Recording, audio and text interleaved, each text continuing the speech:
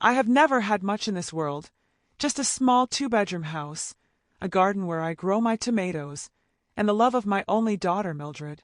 She was the sunshine of my life, the one thing that kept me going when the days felt long and heavy. Her father passed away when she was only 10. From that day on, it was just the two of us. I worked as a cleaner in offices downtown, waking up before sunrise and coming home after dark. I didn't mind the hard work. Mildred's smile was my reward. She was smart, beautiful, and kind.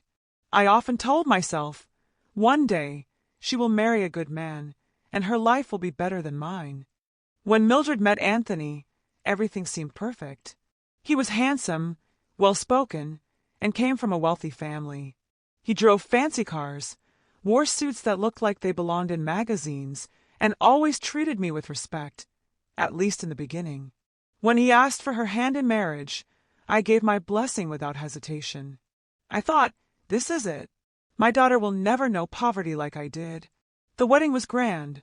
White flowers, gold decorations, hundreds of guests.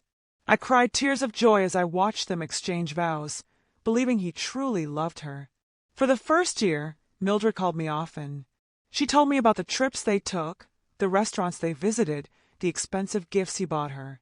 Every time I heard her voice, I felt peace. But slowly something changed. Her calls became less frequent.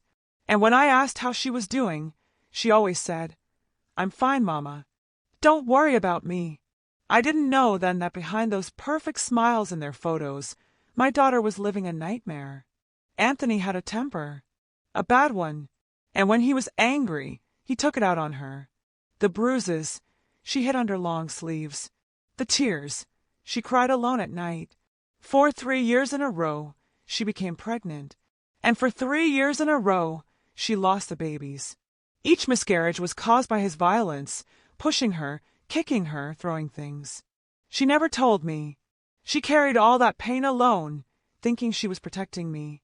One Saturday morning, I decided to visit Mildred without telling her. I had baked her favorite sweetbread and thought it would be a nice surprise. When I arrived at her big, beautiful house, I noticed the curtains were half closed. I knocked, but no one answered. The door was slightly open, so I stepped in. I will never forget what I saw next. Anthony was standing over Mildred, his face twisted with rage, yelling words I couldn't even process. She was on the floor, holding her stomach, tears streaming down her face. Before I could speak, he kicked her hard. Something inside me broke in that moment. The sound of my daughter's pain, the sight of her trembling body, it lit a fire in me I had never felt before. I screamed his name, and he turned, surprised to see me. "Stay out of this," he barked. But I wasn't listening. I ran to Mildred, pulled her into my arms, and felt her shaking like a leaf. Her skin was pale, her breathing shallow. I looked up at Anthony, and in that moment, I didn't see a rich man. I saw a coward.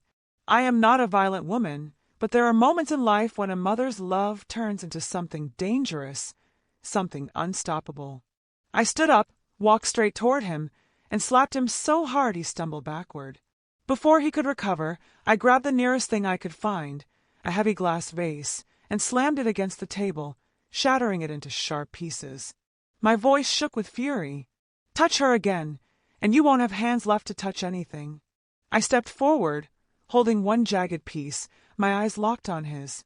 "You may have money, you may have power, but you will never, ever have the right to hurt my child." For the first time, I saw fear in his eyes. He stepped back, hands raised. "You're crazy," he muttered. "No," I said. "I'm a mother." I made him kneel in front of Mildred and apologize. He hesitated, but one sharp move from me and he dropped to his knees. His voice was low, shaking as he said, "I'm sorry." I helped Mildred to her feet. She was weak, but her eyes were filled with something new relief. We left that house together, my arm around her. I didn't care about her expensive clothes, her jewelry, or the so-called rich life she was leaving behind. All I cared about was getting her to safety. The first few weeks were hard. She cried often, waking up from nightmares. But slowly, she began to heal. I cooked for her, stayed by her side, and reminded her every day that she was not alone. Months later, I heard through a friend that Anthony's life had changed. His business was failing, and no one wanted to associate with a man known for beating his wife. He had money, but no respect. And no Mildred. One evening, I found Mildred sitting in the garden, smiling for the first time in months. She looked at me and said, "Mama, you saved my life." I held her hand and replied, "I did what any mother would do. But remember, Mildred, you are strong enough to save yourself now. I don't regret what I did that day. Some people need to be taught a lesson they will never forget. And I know this: Anthony will never raise his hand against a woman again.